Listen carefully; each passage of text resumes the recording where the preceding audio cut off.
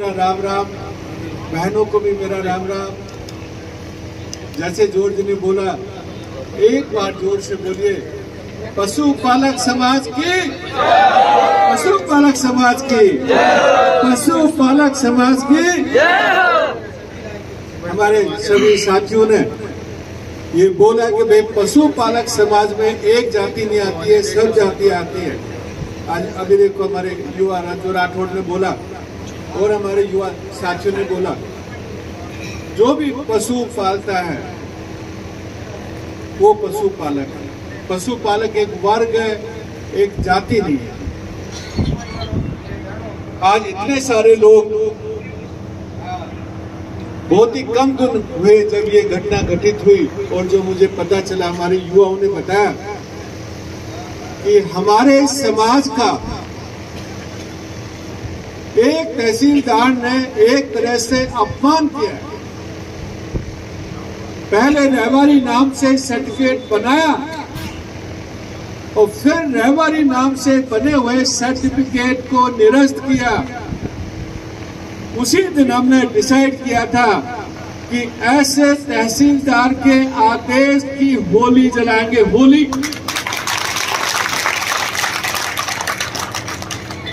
हम हमारे समाज का अपमान सहन नहीं करेंगे। कोई मनमानी से कोई भी ऑर्डर पास करता है, ये मनमानी कोई राजा का राज नहीं है, ये कानून का राज है, संविधान का राज है, किसी व्यक्ति का राज नहीं है। इसलिए कानून ये कहता है कि जो किताबों में लिखा है वो करिए। राय का रहवारी देवासी किताबों में लिखा हुआ है, तीनों नाम से सर्टिफिकेट बनने चाहिए, ये कानून बोलता है। और वो कानून का कोई भी उल्लंघन, से तहसीलदार हो, कलेक्टर हो, यदि उल्लंघन करता है तो उसके आदेश की हम आज होली जलाएंगे। होली आज के बाद ये होली इसलिए जला रहे हैं ताकि प्रशासन को सबक मिले कि हम किसी समाज की भावना के साथ, हम किसी समाज की संवेदना के साथ खिलवाड़ नहीं करेंगे। और जिस तरह से मेरे जो साथियों ने बोला कि उसको बोलने का तरीका, बहुत सारे लोग, इतने साल हो गए लोकतंत्र है, प्रजातंत्र है, अपमानजनक जो टिप्पणी करता है वो संविधान का उल्लंघन करता है।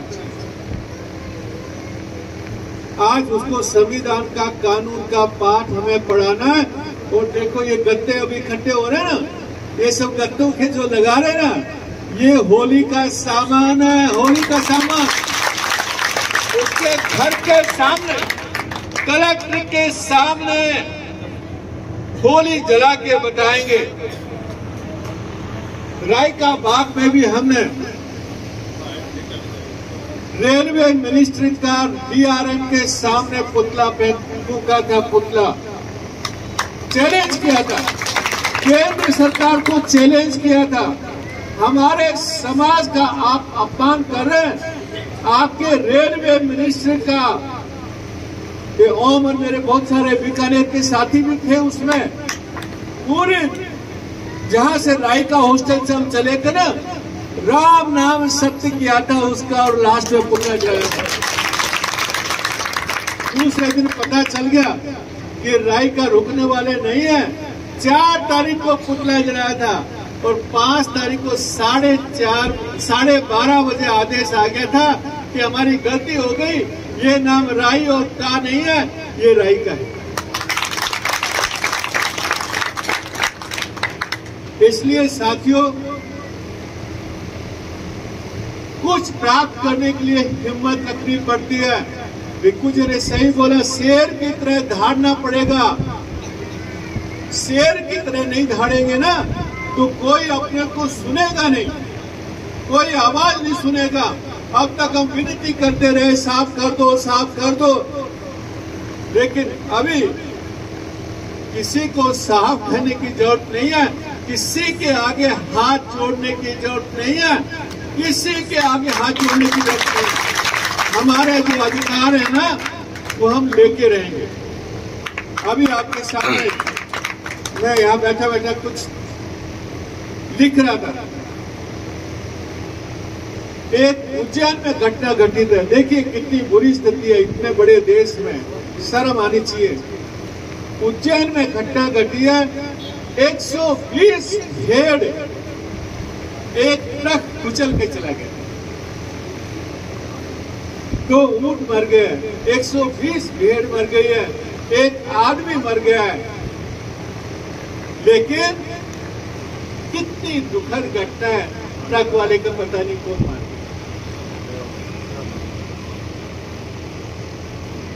ऐसे 6 रोड के ऊपर मार के चले गए और पुलिस लिख रही है अज्ञात वाहन।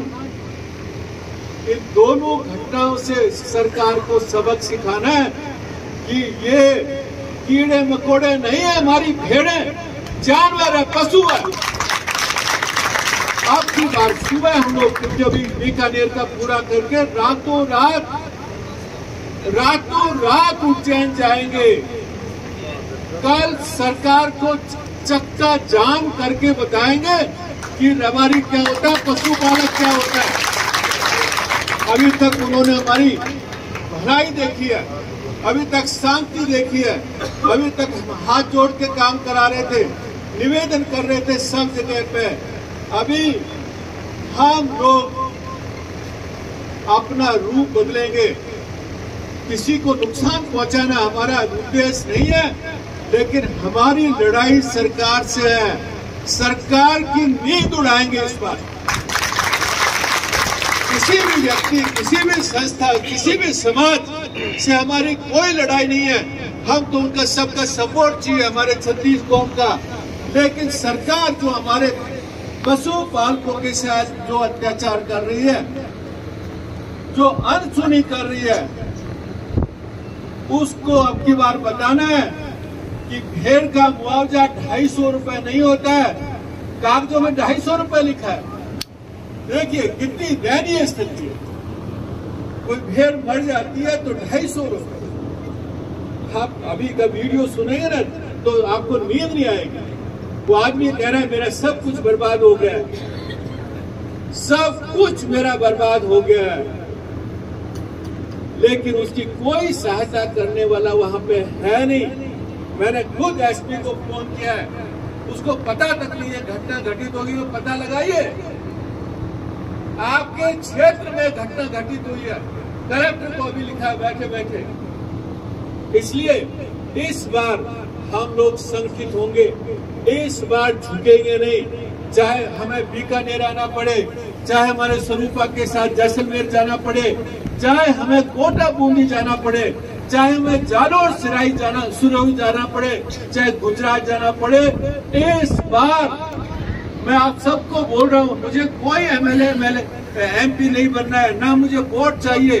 मेरा एक ही उद्देश्य है कि पशुपालक समाज को मुझे संगठित करना है और हमारे हक और अधिकार, हमारे हक और अधिकार हमें चाहिए। ये जो बेटियां बैठी ना, बहुत सारी डॉक्टर बन सकती थी, इंजीनियर बन सकती थी। हम लोग अभी परसों डांग क्षेत्र में थे, बच्चे भेड़ों के साथ भी बच्चे जा रहे हैं, बच्चियां जा रही हैं, औरतें जा रही हैं। कोई सोने का ठिकाना नहीं, कोई रहने का ठिकाना नहीं। पढ़ाई के बाद तो बहुत दूर है। क्यों? तो किसी ने सोचा नहीं इनके लिए स्कूल होनी चाहिए, किसी ने सोचा नहीं इनके लिए कॉलेज होनी चाहिए, किसी ने नहीं सोचा। क्यों? कि किसी ने जोरदार आवाज नहीं उठाई। आप आवाज उठाएंगे। किसरा जी ने अभी बताया, ऊंट राष्ट्र हमारा राज्य का पशु है, स्टेट एनिमल। और किसी जो राज्य का पशु होता है, हर उसको आदमी को गौरव होता है। जब राजस्थान की धरती पे कोई बाहर से प्रवेश करता है तो उसके माइंड में 2 चीज आती है। एक कि हमारे रेगिस्तान के धोरा और दूसरा ऊंट। लेकिन ऊंट की सिचुएशन ये है, हर साल हमने पूरा रिसर्च किया, हर साल 20,000 ऊंट खत्म हो रहे हैं। कितने? 20,000। अभी 80-90 हजार बचे, तो 4 साल के बाद आपको कोई ऊंट मिलेगा नहीं, सारे खत्म हो जाएंगे। लेकिन सरकार को कोई चिंता नहीं, ऊंट रहे ना रहे कोई चिंता नहीं। ऊंट पालक की क्या सिचुएशन है, कोई चिंता नहीं है। उनके परिवार का क्या है, कोई चिंता नहीं है। नेता वगैरह जो जाते हैं, अच्छा स्कीम चाहिए, चलो आपका स्कीम कर देते हैं, 20,000 रुपए देंगे एक पोती के लिए। उस 20,000 के लिए भी उनको भटकना पड़ता है, 3 किस्तों में देते हैं। एक टोला बड़ा होता है तो 10 का जो फीमेल काफ होगी, बच्चे छोटे हो गए तो 5 का ही मिलेगा। ऐसे कर रहा है जैसे भीख दे रहा है। हमें नहीं चाहिए 20,000 रुपए, लेकिन हर ऊंट पालक को सब्सिडी चाहिए। यदि ऊंट आपको बचाना है, नहीं तो आप ऊंट लेके जाइए, हमारे पैसे दे दीजिए, आपका स्टेट का काम है। इस बार सीधी लड़ाई लड़ेंगे, टाइम भलाई लग जाए। ये लंबी लड़ाई है, ये लड़ाई लंबी है। 1 महीने, 2 महीने, 4 महीने की लड़ाई नहीं है। इस बार जो हम लोग लड़ाई लड़ेंगे वो लंबी लड़ाई लड़ेंगे, और लंबी लड़ाई लड़ने के लिए फौज चाहिए, सेना चाहिए। बिना सेना और बिना फौज के लड़ाई नहीं हो सकती। और आप लोग, सब लोग, इतने सारे लोग जो आए हैं, वो यही मेरी सेना है और यही हमारी फौज है। एक बात मैं बताना चाहता हूँ, ये जो आज प्रमाण पत्र की गलती की है, ये गलती तो सुधार के रहेंगे, लेकिन असली हक और अधिकार तब है जब आपकी जीवन स्थिति सुधरे। हर तहसील में आवासीय विद्यालय होना चाहिए कि नहीं होना चाहिए? होना चाहिए। होना चाहिए कि नहीं होना चाहिए? ये हर तहसील में लड़कों के लिए और लड़कियों के लिए स्कूल होना चाहिए कि नहीं होना चाहिए? आज 5-6 विद्यालय है, लेकिन लड़कियों के लिए एक विद्यालय नहीं है। किसी ने सोचा नहीं, किसी ने डिमांड नहीं उठाई लड़कियों के लिए भी विद्यालय होना चाहिए। क्यों? ये इंसान नहीं है। इसलिए हमने अपने मांग पत्र में डिमांड रखी है कि लड़का और लड़कियों के लिए अलग अलग आवासीय विद्यालय चाहिए। ऊंट का काला कानून जो बाहर जाके पकड़ लेते हैं, वो काला कानून है, क्योंकि वो कानून मैंने पढ़ा है। उसमें लिखा है कि यदि ऊंट आप राज्य से बाहर लेके जाते हैं तो कलेक्टर की अनुमति लेनी पड़ेगी। किसकी अनुमति लेनी पड़ेगी? अरे जो ऊंट वाला बाबू तक नहीं पहुंच सकता, वो कलेक्टर की अनुमति क्या लेगा? कानून वो लोग बना रहे हैं जिन्हें ऊंट के बारे में पता ही नहीं है। कृष्णा जी बता रहे थे, उनको हम सब लोग सिखाते हैं कि ऊंट के 4 पैर होते हैं, या उनको क्या किस तरह की स्थिति होती है, लेकिन वो ही राज करते हैं। आज हमारे कैमल फार्म में भी 80-90 राई का लोग, बेचारे हमारे युवा लोग काम करते हैं, लेकिन उनकी सबका शोषण 10,000 रुपए उनको देता है, लेकिन जो क्लर्क और बाबू जो काम करते हैं वो 80-80 हजार रुपए कमाते हैं। अरे दूसरे को एक दिन क्लर्क बाबू को भेजो ऊँट चराने के लिए, पता चलेगा। या तो वो खुद नहीं आएगा या ऊँट नहीं आएंगे, दोनों में से एक काम होगा। तो हमारा काम कोई ऐसा नहीं, मजदूरी का काम है। इसके लिए स्किल चाहिए, इसके लिए क्योंकि हमने बचपन से वो सीखा है, स्किल चाहिए। इसलिए ये मुद्दे पे भी हम लोग लड़ाई लड़ेंगे। सामाजिक काम में पूरी टीम आपके साथ है, चाहे आपके हॉस्टल का हो।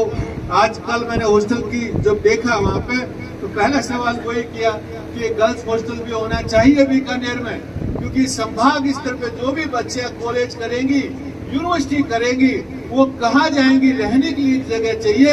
इसलिए कृष्णा जी और सब जितने भी मेरे भाई जगमाल भाई और बाकी जो टीम है सबसे निवेदन करता हूँ कि गर्ल्स हॉस्टल के लिए आप अप्लाई कीजिए।